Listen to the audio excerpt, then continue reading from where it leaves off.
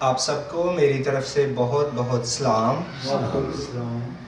ہم پڑھیں گے متی کی انجیل اور اس کا باب 28 اور اس کی پہلی 7 آیات ہم پڑھیں گے۔ اس طرح لکھا ہے متی 28 پہلی 7 آیات: اور سبت کے بعد ہفتے کے پہلے دن پو پھٹتے وقت مریم مگدلینی اور دوسری مریم قبر کو دیکھنے آئیں، اور دیکھو ایک بڑا بھونچال آیا، کیونکہ خداوند کا فرشتہ آسمان سے اترا اور پاس آ کر پتھر کو لڑکا دیا اور اس پر بیٹھ گیا۔ اس کی صورت بجلی کی مانند تھی اور اس کی پوشاک برف کی مانند سفید تھی، اور اس کے ڈر سے نگہبان کانپ اٹھے اور مردہ سے ہو گئے۔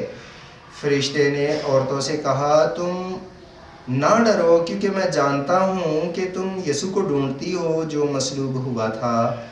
وہ یہاں نہیں ہے، کیونکہ اپنے کہنے کے مطابق جی اٹھا ہے۔ آؤ یہ جگہ دیکھو جہاں خداوند پڑا تھا، اور جلد جا کر اس کے شاگردوں سے کہو کہ وہ مردوں میں سے جی اٹھا ہے۔ تو جو آج ہمارا مضمون ہے وہ یہ ہے کہ وہ اپنے کہنے کے مطابق جی اٹھا ہے۔ ہمارا مضمون یسوع جی اٹھا ہے۔ جیسے ہم نے پہلی آیت سے پڑھا، اس طرح لکھا ہے کہ ہفتے کے بعد اور سبت کے بعد ہفتے کے پہلے دن جب پو پھٹتے وقت مریم مگدلینی اور دوسری مریم قبر پر گئیں، تو جو یہودی تھے وہ سبت کا دن ہفتے کو مانتے تھے۔ ہفتہ جو ہفتے کا ہی کہہ لیں آخری دن ہوتا ہے، اس کو وہ سبت مانتے ہیں۔ اور جیسے آج اتوار کا دن ہے، یہ سبت کا پہلا دن ہے، اور وہ اس دن قبر پر جاتی ہیں۔ جیسے یہاں پر لکھا ہے کہ پو پھٹتے وقت، اور یوحنا کی انجیل میں باب 20 میں لکھا ہے کہ ابھی اندھیرا ہی تھا کہ جب وہ قبر پر گئیں۔ اور یوحنا کی انجیل دوسری اناجیل میں یہ بھی ساتھ آتا ہے کہ وہ خوشبودار چیزیں بھی ساتھ لے کر گئیں، تاکہ یسوع کی لاش پر یہودی دستور کے مطابق لگائیں اور اپنی عقیدت کا اظہار یسوع سے وہ کرتی ہیں۔ اور یہاں پر بھی مریم مگدلینی کا نام پہلے اور دوسری اناجیل میں بھی پہلے، اور وہ اپنی محبت، عقیدت وہ بہت ظاہر کرتی ہے۔ اور کیونکہ یسوع نے لوکا کی انجیل اور اس کا 8 باب ہے کہ اس نے اس میں سے 7 بدروحوں کو نکالا، اور وہ اسی وقت سے یسوع کی خدمت کرتی رہی ہے، اور آخر تک بھی اسے اسی طرح دیکھتے ہیں۔ جیسے لوکا کی انجیل 7 باب میں ہے کہ یسوع نے شمعون جو فریسی تھا اسے کہا کہ جس کے گناہ زیادہ ہوتے ہیں وہ زیادہ محبت دکھاتا ہے، اور اس عورت کے زیادہ گناہ تھے، اس نے زیادہ محبت دکھائی، جس نے میرے آنسوؤں سے پاؤں بھگوئے اور پیروں سے پونچھے۔ تو جس کے زیادہ گناہ وہ زیادہ محبت دکھاتا ہے۔ یہ بہت بڑی دکھ مصیبت میں تھی کہ ایسے شخص کے پاس سے بھی لوگ گزرنا پسند نہیں کرتے، شاید کہیں ہم پہ ہی نہ کوئی مصیبت آن پڑے۔ تو جب یسوع نے اسے اتنے بڑے دکھ سے نکالا، بدروح گرفتہ کو رہائی بخش دی، تو وہ اسی وقت سے اپنی زندگی یسوع کی خدمت کے لیے وقف کر دیتی ہے۔ اور عورتیں یا عام لوگ بھی اندھیرے میں قبروں میں جائیں تو ڈریں گے، لیکن وہ ڈر محسوس نہیں کرتی۔ چاہے ڈر تو آ سکتا ہے، ہو سکتا ہے، لیکن وہ ڈر محسوس نہیں کرتی۔ اور جب آگے ہم جاتے ہیں تو پھر ہم دیکھتے بھی ہیں کہ بعض کے لیے وہ سما ڈر والا بن جاتا ہے اور بعض کے لیے خوشی کا۔ اور آگے لکھا ہے کہ دیکھو ایک بڑا بھونچال آیا اور خداوند کا فرشتہ آسمان سے اترا اور پاس جا کر اس نے پتھر کو لڑکا دیا۔ اور پہلی بات یہ کہ دیکھو ایک بڑا بھونچال آیا، لفظ آتا ہے کہ ایک بڑا بھونچال آیا۔ تو جب بھونچال آئے تو اوپر والا سانس اوپر، نیچے کا نیچے رہ جاتا ہے، انسان کے ہوش اڑ جاتے ہیں، جو کچھ کر رہا ہوتا ہے وہ بھول جاتا ہے۔ اور یہاں پر بھونچال آیا، جب یسوع نے جان دی صلیب پر ہوتے ہوئے اس وقت بھی بھونچال آیا۔ جب یسوع نے خدمت کو شروع کرنا تھا تو آسمان سے روح کبوتر کی صورت میں یسوع پر آ کر بیٹھا، یوحنا نے دیکھا اور اس نے گواہی بھی دی۔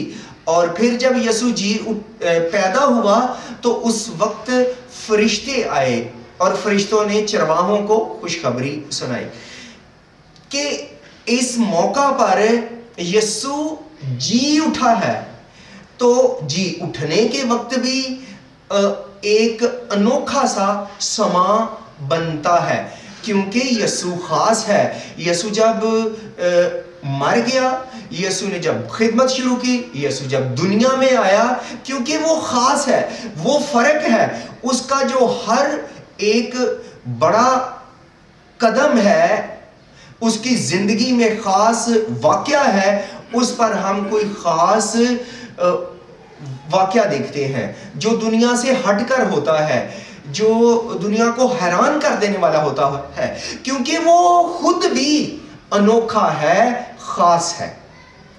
دیکھو ایک بڑا بھونچال آیا اور خداوند کا فرشتہ آسمان سے اترا اور اس نے پتھر کو لڑکا دیا، اور اس کی صورت بجلی کی مانند تھی اور اس کی پوشاک برف کی مانند سفید تھی۔ یہاں پر ایک فرشتہ آتا ہے اور اس کی جو صورت ہے وہ کیسی ہے؟ برف، اس کی صورت بجلی کی مانند۔ اچھا، بجلی جو ہوتی ہے جب آسمان میں گرجتی کڑکتی ہے تو جب چمکتی ہے تو اسے دیکھا نہیں جاتا، وہ جیسے سورج کی روشنی کو دیکھا نہیں جاتا، اسی طرح جو بجلی ہوتی ہے صحیح طور پہ جو آسمان میں چمکتی ہے وہ بڑی جلدی ختم ہو جاتی ہے، گزر جاتی ہے، لیکن وہ اسی طرح رہے تو اسے دیکھا ہی نہیں جائے گا۔ وہ اس کی صورت ایسی تھی، اور جب انہوں نے دیکھا ان پہرے داروں نے تو وہ مردہ سے ہو گئے، اور مردہ بے ہوش قریباً مرگ ہو گئے۔ جبکہ یہ باب 28 ہے، جو باب 27 اس کی آخری آیت میں ہے کہ جو فریسی ہیں وہ درخواست کرتے ہیں حاکم سے کہ ہمیں پہرے دار دیے جائیں، تاکہ اس کے شاگرد جیسے کہتے ہیں کہ اسے 3 دن تک کم از کم اس کی نگہبانی کریں تاکہ وہ اسے چرا نہ لے جائیں، اور یہ ہمارے لیے پہلے سے بھی یہ بڑا دھوکہ ہو۔ وہ تو دھوکہ کہتے ہیں جبکہ یہ حقیقت ہونا تھا، اور وہ پہرے دار بھی بٹھاتے ہیں اور اس پہ مہر بھی کر دیتے ہیں۔ حاکم کی طرف سے مہر جب کر دی جائے تو اسے کوئی چھیڑ نہیں سکتا، کوئی ہلا نہیں سکتا، چاہے ادھر پہرے والے ہوں یا نہ ہوں۔ جبکہ فرشتہ آیا تو پہرے داروں کو پتہ ہی نہیں چلا وہ کدھر جا گرے، اور وہ مردہ سے ہو گئے۔ اور جو مرکز کی انجیل ہے اور اس کا باب 16 ہے تو وہاں پر ہے، وہ عورتیں کہتی ہیں کہ وہ ہمارے لیے اس پتھر کو کون لڑکائے گا، کون پیچھے ہٹائے گا۔ پتھر اتنا بڑا تھا کہ ان 2 عورتوں سے وہ ہٹایا ہی نہیں تھا جا سکتا، اس لیے وہ اس کا ذکر کرتی ہیں۔